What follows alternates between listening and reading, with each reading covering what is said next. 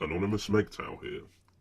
So I've heard in the news, was yesterday, but I heard about it today on July the 12th, that there is a new Superbug STD, which I've never heard of this one before. It's, what's it called? Mycoplasma genital something.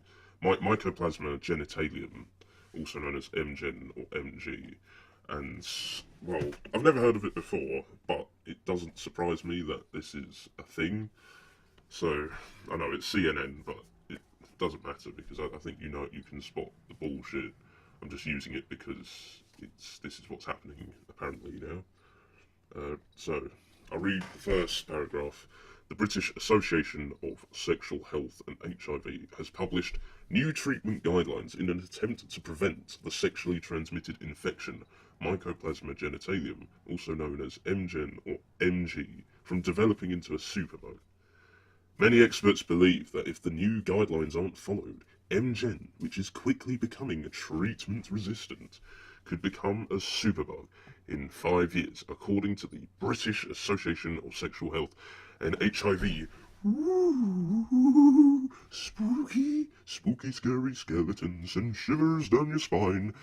Yeah, it's not really that scary to me, and I'll tell you why. Because I don't go around fucking random people, like just willy nilly.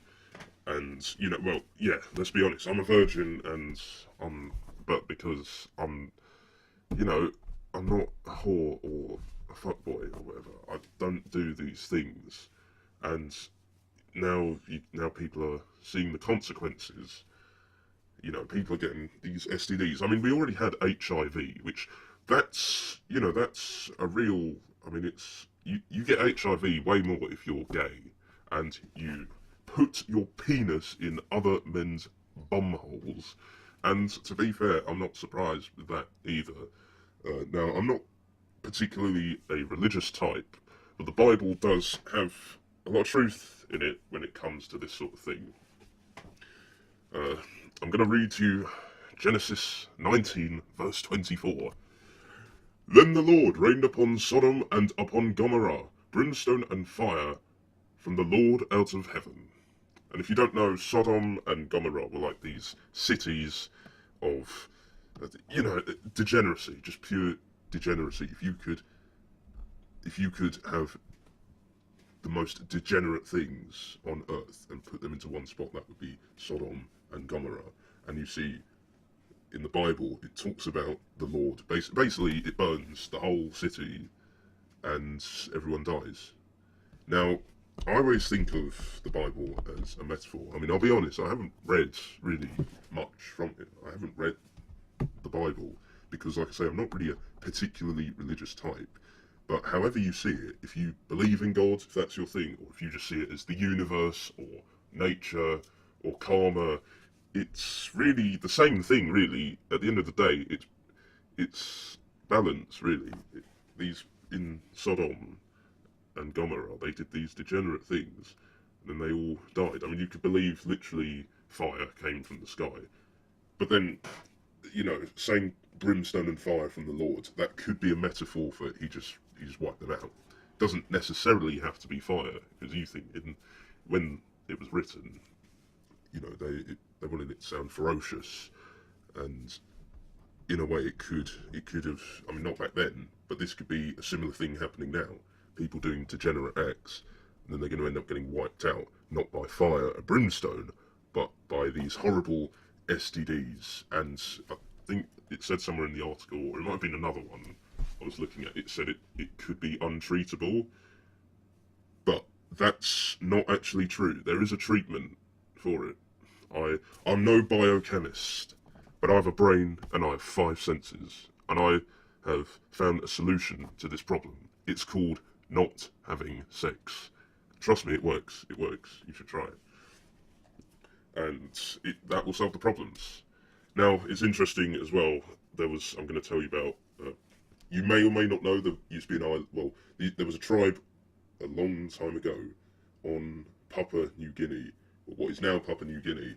There was a tribe who they were all cannibals, and do you know what happened to them? Most of them, they just died out because when they ate the flesh of other humans, they got this horrible brain disease, and I think it slowly killed them. It must have been not very nice, but they got it from being cannibals, and it wasn't straight away. It was like a slow, what's it called? It has a long incubation period, which means it doesn't start straight away, and then it will slowly start and then get worse, and then you'll just die.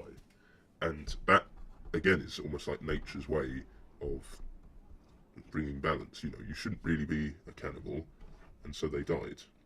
And there's also, if you look at hybrid animals, such as a donkey breeding with a horse, it makes a mule, but the mule is infertile, it cannot breed. And, you know, I have similar thoughts about that. I'm not particularly religious, but I believe that's inbuilt into the DNA to prevent a kind of monster from being born. I mean, imagine if a mule then bred with a donkey and then got all messy. You know, it's not very good for nature. And it's just balance, really, I believe. I believe it's balance. And I'm sure you will all agree that there is a solution. They're trying to make it all scary. All spooky, sexually transmitted disease that might not be able to be cured.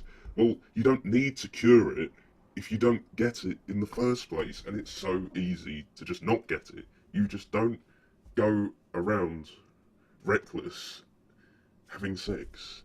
You know, I believe to be a decent human being, you do have to have some decency yourself and honour and respect.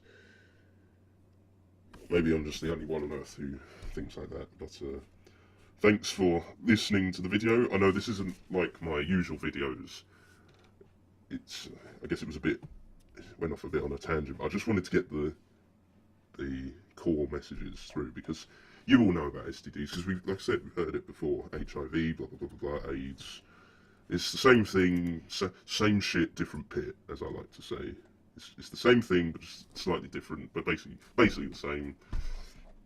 And as with all STDs, they're preventable by not having sex. So, thank you for listening. Goodbye.